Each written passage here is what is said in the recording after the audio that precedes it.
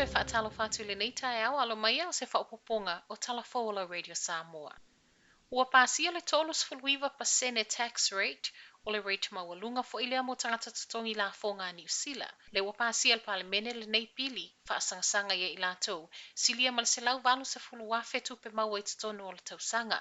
Masa lango malosi ia i le leipa, lea e ana ina le pili ma le pātia le au Maori. E ui ele i lango ina le vaenga le Greens le pili le nei le leiba ai ono le ono sfulu ma le lima ono fua le leiba le ana whaingo fia ai ona alo ia le nei suinga. O le whaofi mai o le tolus fuluiva pasene le nei, o le amau ele silia ma le 5 se lau miliona i le tausanga mai la fonga tangata New Zealand, ma e a afia ina o le 2% o le atunuu tu sale ma le 7.5 afi o tangata. Se tasile nei o pili whaato a amata whaitau le vai aso le nei, ma o lea ua pāsia. O le whaatu la whanoina o le nei tax rate full, tu ina tuai foi ma le malo si anga whaopopo i le komisina o le Inland Revenue, IRD, e e tangata i lalo whaamalo trusts, le o lo tax nei, i le pasene tolus futolu, ona e ono a vea ma alo whanga i la lafia ye maululunga tupe maua. A matanga o le tausanga wha le tupe o le asau, ma sino a perila, a matalo i le tax rate full nei, tolus fulmaleiva pasene. Ua whaamauti no mai le malo, le si tio lana lango le atina ina o pisinisi Maori, o se fuafuanga le a whaatele ai ona whaonga ina pisinisi tangata Maori, tu inatu iei kona karate mo au nanga.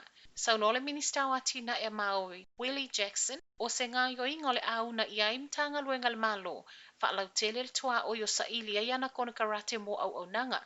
Ma ole a maua vanoa ai ma pisinisi tangata Maori le fast fulma le 2 piliona, o loo whaaluina e mtanga luenga le malo i o loa ma au nanga i to tono tausanga taitasi. Ua au ngani mai le kampani loto a New Zealand, e mataala le au tau whaavalea lea ua whaonga ina mai fe au tustusia i telefoni po texts whaafolinga mai o le kampani loto. Mai le sui le kampani Marie Winfield o loo whaatupula i a pea le to atelo i lātou o paanga le loto wa a fia i nei whainga tau whaavalea. O le loto e na te whaonga ina fe au tustusia ta lafo i telefoni mo ana paanga wale sitala i le text to play, lea e lafo mai le numero tolu ono tasi. Ai mai le polesilo le net safe Martin Cocker tala ale New Zealand Herald o le loto se tasi leo kampani wa whaonga ina nei mai le te leo isi kampani na la lafi mai e tua le autau whaavalea i tausanga o mawai. Ta waia Martin, whaita wafe tangata New Zealand na nga iai nei text e whaapeolo i se whaamomoli e tatau o na tutongi ina le tiute whaato ama whaiona kiliva.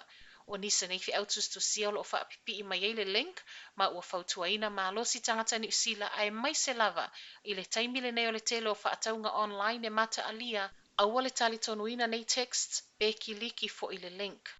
Ripotia mai le maliu o se tinana nafi na o sipaka i le fale whai ngā luenga. A waulia nafi ripotia ni ai leo le nei whalavlave West Coast i le South Island, ma na umai lava le soifua le ua maliu i le fale whai ngā luenga. So e nei le work safe le nei mata upu a to ai ma le so ino le tino maliu o le atina tu sama ripotia leo. I tangata mali liu lava le nei vai aso, whailo mai e leo i la toi to o tolu na mali liu il whalavlave tau taavale le ana feto ai ai le loli ma se taavale la i Titi Hawke's Bay. Oni tama ita i talavou uma. O Juliana Heki se fulu valu, Charisse Tuaiti Perawiti tapu te rangi tuatea se fulu valu, ma ana hera tiena ka se fulu fitu. O nei tama ita i to tolu na nga i atu i le aso lua mō ngā luenga i le fale fasimanu o le Silver Fern Farms Meatworks i Takapau. O lea ua whaasolo manuia le ave loli, ma o loo whaawau pea so e ngā leo i le nei whaalavelave.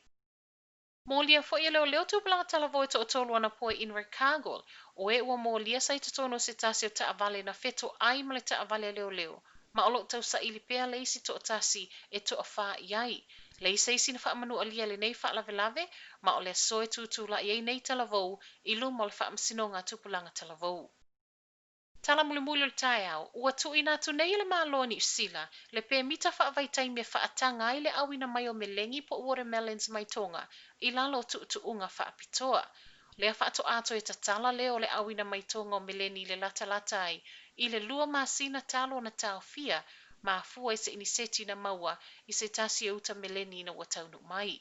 So no ile sui la biosecurity ni sila Peter Thompson, o le whaatangana o toi tu inatu nei tangata tonga, o se whaatangana mo se taimi le tu mau, e ilo aile muli muli ta i o ta iala, o le saunga le mua meleni au ina mai tonga i tono ni sila. So no aile minister au fe whaatawa i ngā tonga i lunga o tala ale le te o ni sila, o le uto e sila sila i isi awala mo le leo na siaki o melengi ai le i tu ua tonga mo ni sila. A fai ai usi ta ia le lei ato o toa outa i to tono le taimi le tu maolo mata i tuai le Ministry of Primary Industries, Containers mai tonga, o le ama fai ona toi wha au le awina mai o melengi mai tonga e pei ona masani ai, ai le ave ese ai le mata i tuina pea o le lei ato o toa o loa whaatau mai fafo o lo sau i to tonu o le atu nuu. Telephone ala Radio Samoa manuia le nei tai au.